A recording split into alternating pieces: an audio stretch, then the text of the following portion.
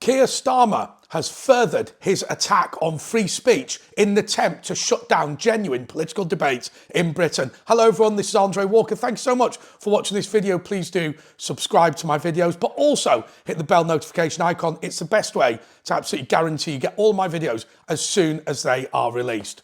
Let me give you an amazing statistic that's going to really shock you. The total number of people who were arrested last year in Russia by Vladimir Putin's regime for saying things that were offensive to the government on social media was 400. The total number of people arrested last year in the United Kingdom for saying things that were offensive to the government on social media was 5,000. Now, I'm not going to tell you that Vladimir Putin is a greater man than Keir Starmer. I think Keir Starmer is obviously more committed to democracy. But think about the direction of travel here. We've already heard the Crown Prosecution Service say that people need to think before they post. Well, let me tell you something that I think the Crown Prosecution Service should do. I think they should think very carefully about Jimmy Savile.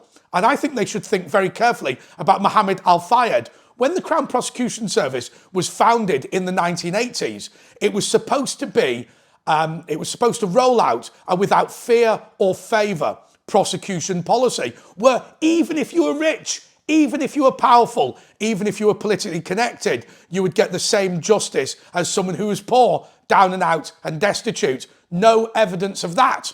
What we've seen consistently is the Crown Prosecution Service deliberately prosecute people for political reasons and deliberately let people off the hook because they're rich and powerful. By the way, the Director of Public Prosecutions at the time of both Savile and Al-Fayed was, of course, Keir Starmer.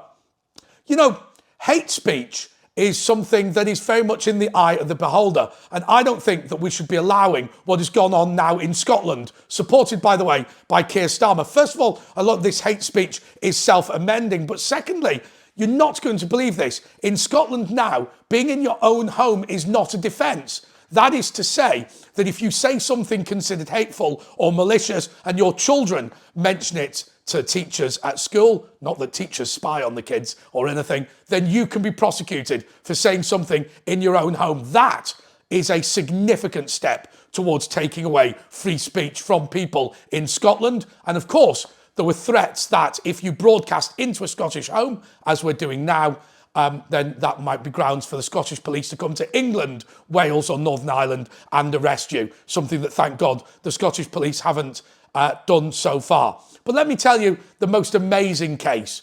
It's a case from Bournemouth of a man who had an abortion, or rather his partner had an abortion several years ago, and he silently prayed outside an abortion clinic. Now there is a buffer zone being trialled in Bournemouth, which means that even if you pray in your head and say nothing at all, you can be prosecuted nonetheless within, I think it's 200 metres of the abortion clinic. That includes, by the way, in your house or in a church. So in cases where there are Catholic churches next to an abortion clinic, people can be prosecuted for praying for an end to abortion inside the church if somebody claims that that might influence their decision to have an abortion or not. That, by the way, ladies and gentlemen, is the first ever thought crime in the United Kingdom. And I think it's something we should be extremely concerned about. Because you know what? There was a Tory councillor's wife who said something so-called malicious on Twitter. She got 2.5 years in prison. Now, I'm not saying that you should take to Twitter and say racist stuff. I'm not saying that at all. But let me ask you this question.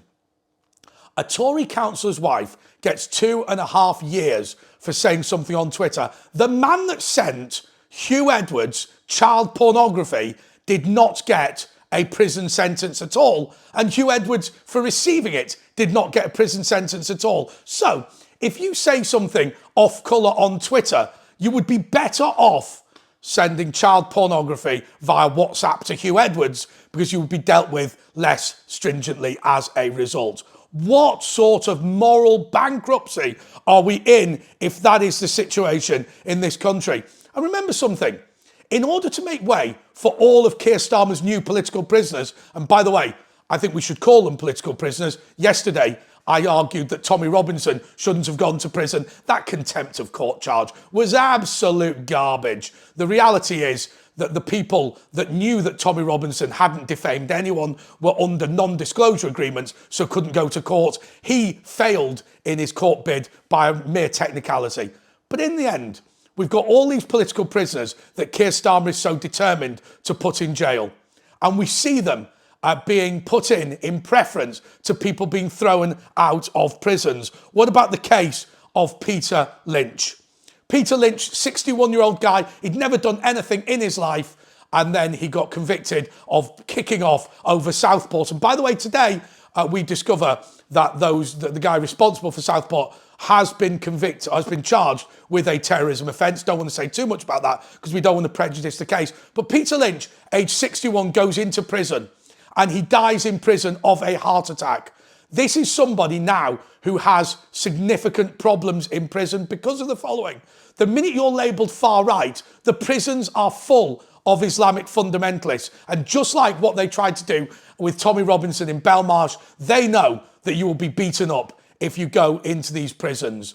I have to say to you, we need to end thought crime as a crime. We need to end this idea of saying something off colour that Keir Starmer doesn't like being reason to put you in prison. But the most important thing is a point that Dr. David Starkey made about human rights, because people are confused by this. Why was Winston Churchill so in favour of human rights, and now why have they gone so wrong? Because they've been flipped the other way around. Originally, when the European Convention on Human Rights came about, wasn't all this hate speech legislation. It was about the idea of you being protected from government interference. Things like Dr. Joseph Mengele can't do experiments on people because of their human rights.